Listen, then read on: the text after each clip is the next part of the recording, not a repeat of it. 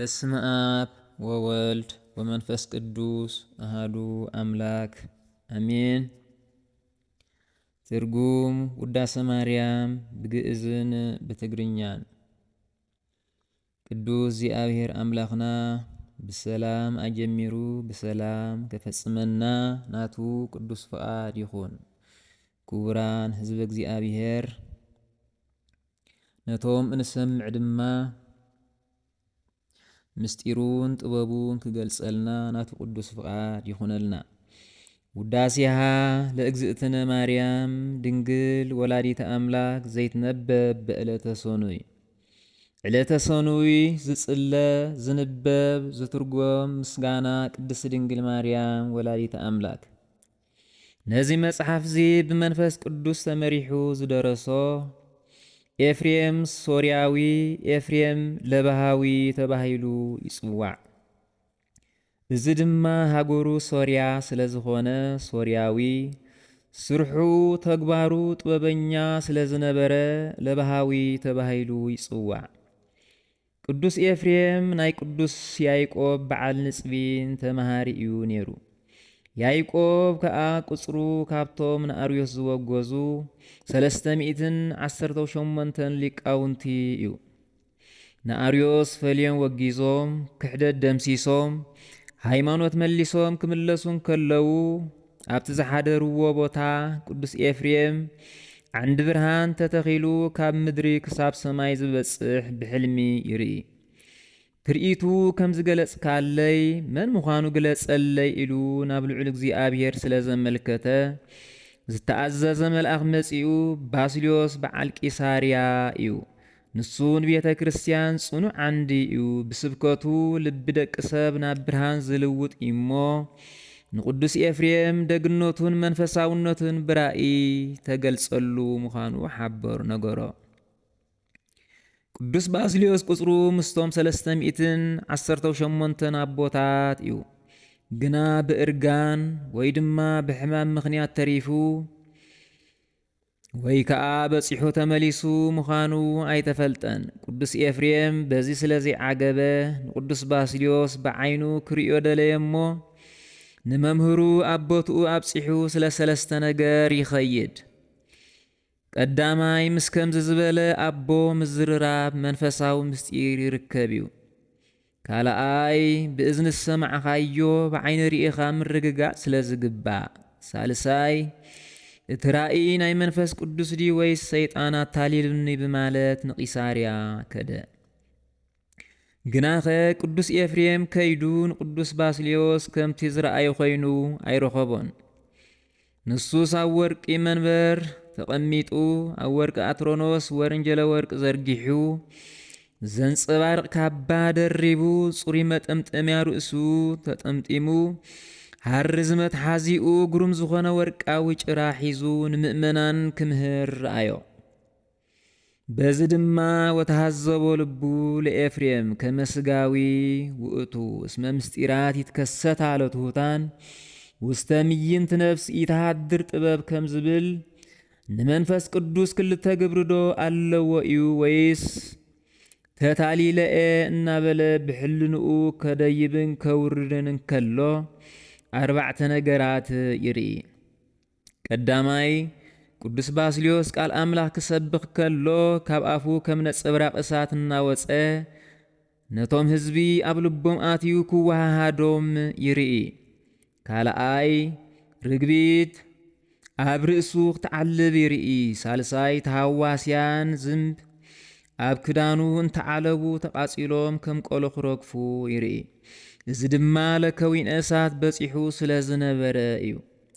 ራብዓይ ስሙ ከይፈለጠ ሃገሩ ከይጠየቐ ኤፍሬም ሶርያዊ ኤፍሬም ለባሃዊ ኣብ ኩርናዕ ቤተ ክርስቲያን ቆይሙ ይጽልየልኩም ኣሎ እሞ ጸውዕለ ኢሉ ኣጸዊዑ ብኣተርጓሚ የዛራርቦ። ቅዱስ ኤፍሬም ግና ብቱርጁማን ምዝርራብ ስለ ዘይዕገቦ ኣቦይ ጸልም እሞ ቋንቋኻ ንዓይ ቋንቋይን ድማ ንዓኻ ክግለጸልና በሎ። ጸልዩ ድማ ከምቲ ዝደለዮ ኮነሉ ማለት ቋንቋ ቅዱስ ባስልዮስ ጽርኢ ንቅዱስ ኤፍሬም ቋንቋ ቅዱስ ኤፍሬም ሱሩስ ንቅዱስ ባስልዮስ ተገሊጹሎም ክጻወቱ ሓደሩ። ቅዱስ ኤፍሬም ቅድሚ ምስ ቅዱስ ባስልዮስ ምርኻቡ ዝነበሮ ማዕረግ ስሜት ኣይተፈልጠን።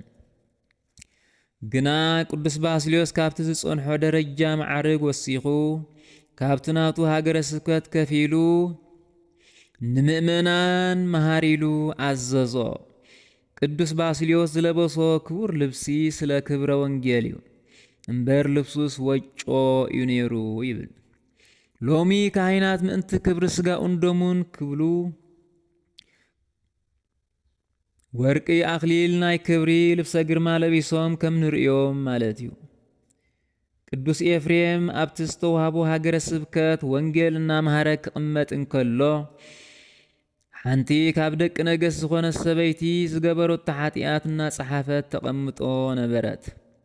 ንምንታይ እንተበልና ንምንጋሩ ትሓፍር ትፈርሕ ስለ ዝነበረት ኣዝዩ ከዓ ስለ ዝበዝሐ ይብል።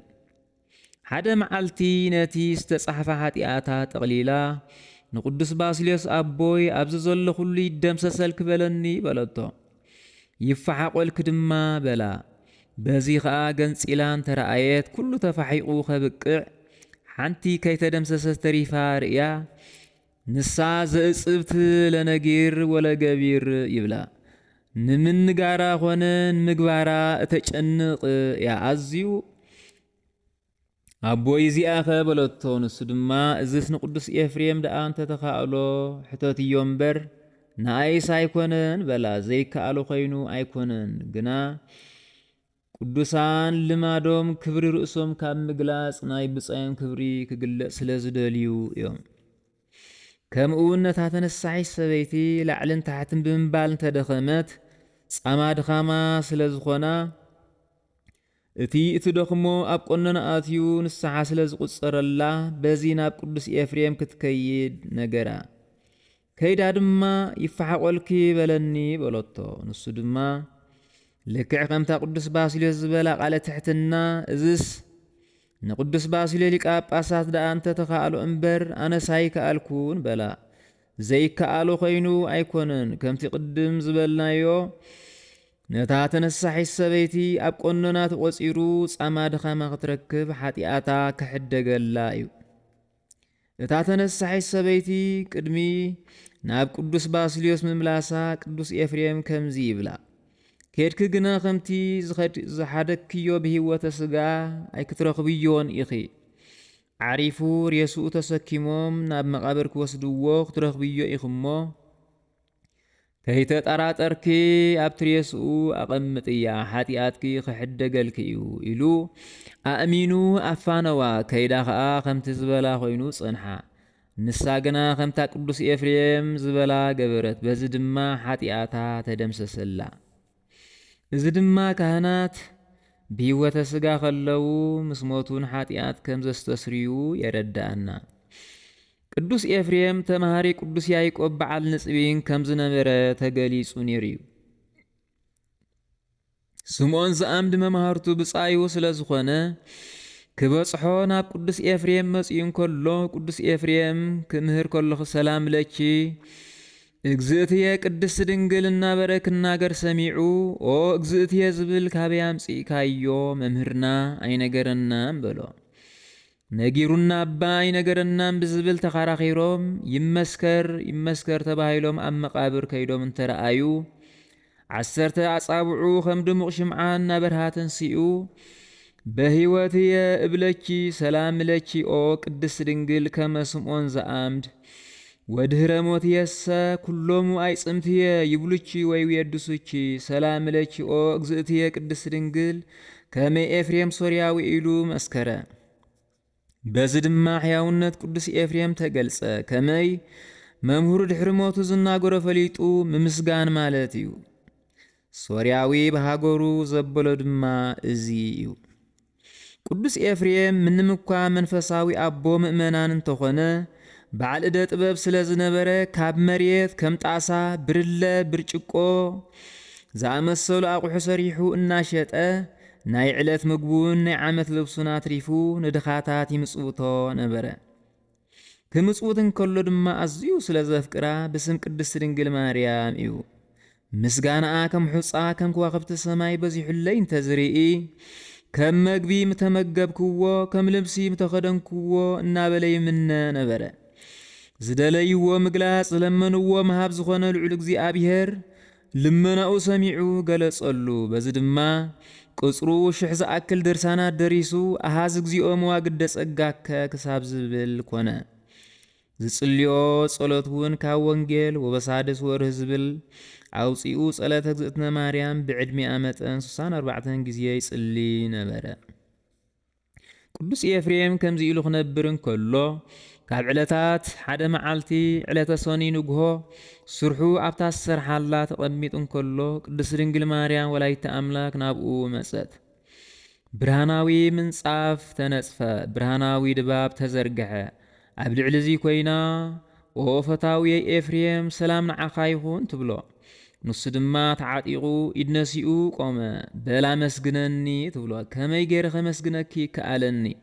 ምድራውያን ጻድቃን ሰማያውያን መላእኽቲ ከመስጉንኺ ዘይከኣሎሙስ ንዓይ ከመይ ኢሉ ይከኣለኒ በላ። ንሳ ድማ በከመ ኣለበ ከመንፈስ ቅዱስ ተናገር፣ ከምቲ መንፈስ ቅዱስ ዝገለጸልካ ተናገር በለቶ። ብዝተራእታዓኻዮ ምርታዕ ይበሃል።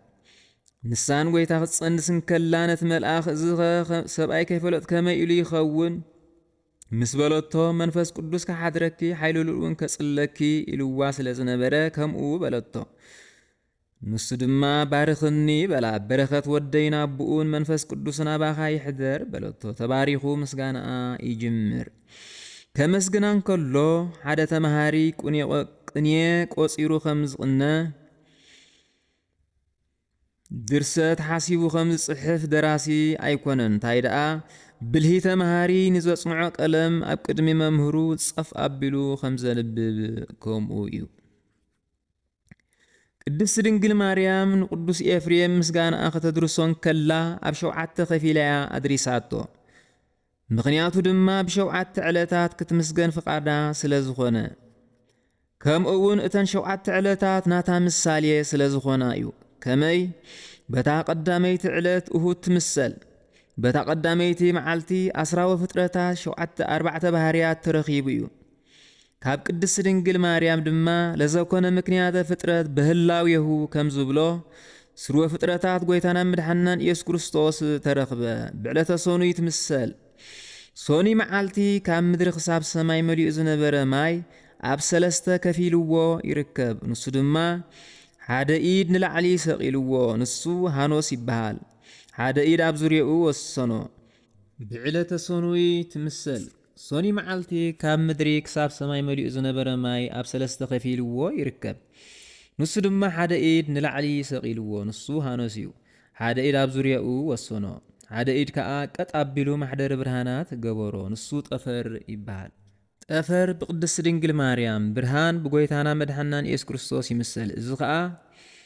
እዚ ደኣ ናይ ጠፈር ምሳሌ ኮነት እምበር ናይ ዕለት ምሳሌ መዓስ ኮይና እንተበልና ሶኒ ብቅድስት ድንግል ማርያም ጠፈር ካብኣ ዝለበሶ ስጋ ብርሃን ጎይታና መድሓናን ኢየሱስ ክርስቶስ ይምሰል።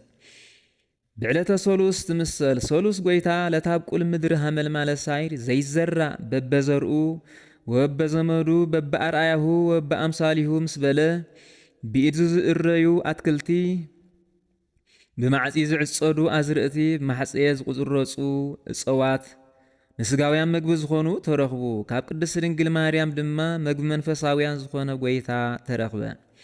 ብዕለተ ረቡዕ ትምሰል። ረቡዕ ጎይታ ለይቁሙ ብርሃናት በገጸ ሰማይ ምስ በለ ንስጋውያን ምግቢ ዝኾኑ ፀሓይ፣ ወርሒ፣ ከዋኽብቲ ተረኽቡ። ካብ ቅድስት ድንግል ማርያም ድማ ምግቢ መንፈሳውያን ዝኾነ ጎይታ ተረኽበ። ብዕለተ ሐሙስ ትምሰል። ሐሙስ ጎይታ ለታውፅእ ባሕሪ ዘቦ መንፈሰ ህይወት ምስ በለ ብልቦም ዝሰሓቡ ብእግሮም ዝዛወሩ ብክንፎም ዝበሩ ብደመ ነፍሲ ህያዋን ዝኾኑ ፍጥረታት ተረኽቡ። በሪሮም ዝኸዱ ኣለዉ፣ ኣብቲ ባሕሪ ዝተረፉ እውን ኣለዉ። እቶም በሪሮም ዝኸዱ ብዘይተጠመቑ፣ እቶም ኣብኡ ዝተረፉ ብዝተጠመቑ ምእመናን ይምሰሉ። ግና ወባረኮሙ ለክልኤሆም ብኣሃቲ በረከት ስለ ዝብል እቶም ብልቦም ዝሰሓቡ ዝበሎም ብሰብኣ ዓለም፣ እቶም ብእግሮም ዝዛወሩ ካብ ምግባር ምግባረ ሰናይና ምግባረ ሰናይ ዝኸዱ ባሕታውያን ይምሰሉ። እቶም ብክንፎም ዝበሩ ተመስጦ ዘለዎም ብሰማይታት ይምሰሉ። ብዕለተ ዓርቢ ትምሰል። ዓርቢ መዓልቲ በኹሪ ፍጥረታት ኣቦና ኣዳም ተረኽበ። ካብ ቅድስቲ ድንግል ማርያም ድማ ዳግማይ ኣዳም ኢየሱስ ክርስቶስ ተረኽበ። ብዕለተ ቀዳም ትምሰል። ዕለተ ቀዳም ስጋዊ ዕረፍቲ ተረኽበ። ወኣይረፈ ከም ዝብል ኣምላኽ ነቲ ዝገበሮ ኩሉ ፈጺሙ በታ ሳብዐይቲ መዓልቲ ኣዕረፈ ይብል። ደኺምዎ ዘይኮነስ ንኽብሪ እታ ዕለት እዩ። ካብ ቅድስቲ ድንግል ማርያም ከዓ መንፈሳዊ ዕረፍቲ ዝህብ ጎይታ ተረኽበ።